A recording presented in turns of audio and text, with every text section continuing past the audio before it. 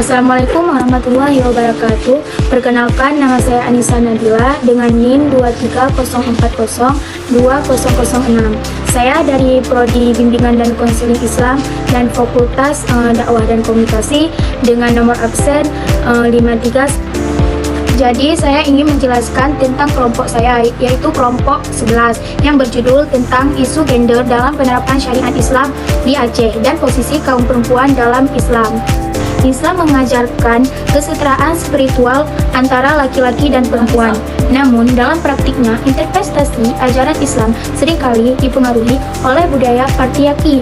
Beberapa sarjana muslim kontemporer seperti Aminah Wadud dan Fatimah menegaskan bahwa banyak interpretasi tradisional yang perlu ditinjau ulang agar lebih sesuai dengan prinsip kesetaraan gender.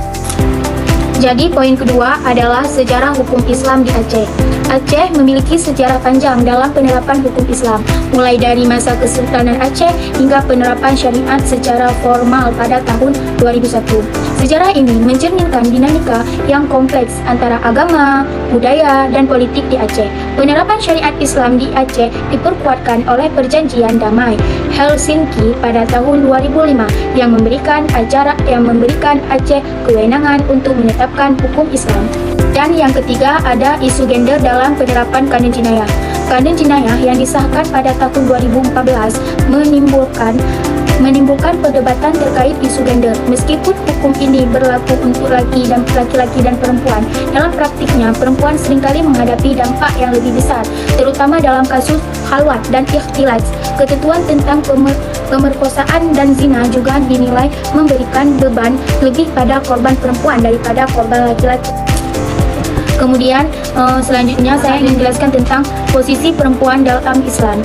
Dalam makalah juga meninjau hak-hak perempuan dalam Islam seperti hak pendidikan, hak ekonomi, dan hak politik. Islam menempatkan perempuan dalam posisi yang mulia. Namun, dalam praktik banyak hak-hak perempuan yang belum terimplementasi secara optimal karena pengaruh budaya patriarki. Kemudian selanjutnya implikasi praktik syariat Islam di Aceh. Implementasi syariat di Aceh berdampak pada berbagai aspek kehidupan perempuan, mulai dari penggunaan jilbab perempuan hingga partisipasi dalam pekerjaan perempuan. Sementara ada yang merasakan manfaat dari penerapan syariat, ada pula yang merasakan pembatasan dalam kebebasan sosial.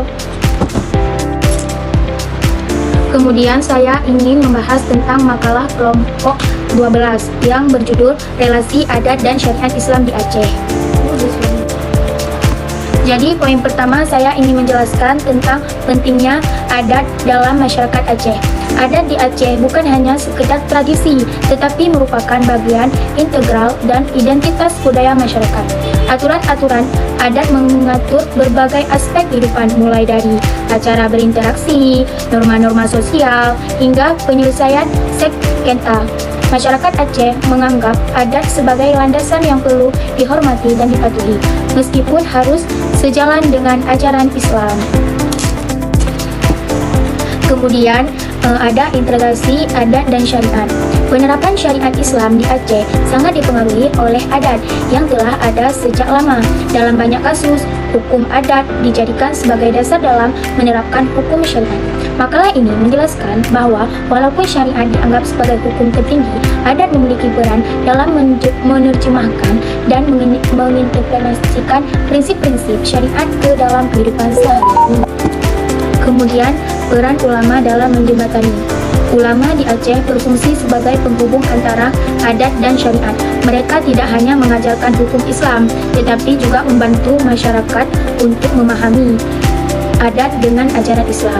Ulama berperan penting dalam menafsirkan hukum agar tetap relevan dengan konteks sosial dan budaya Aceh. Kemudian ada contoh praktik dalam kehidupan sehari-hari. Makalah ini memberikan contoh bagaimana adat dan syariat Islam saling melengkapi, seperti dalam praktik pernikahan di Aceh.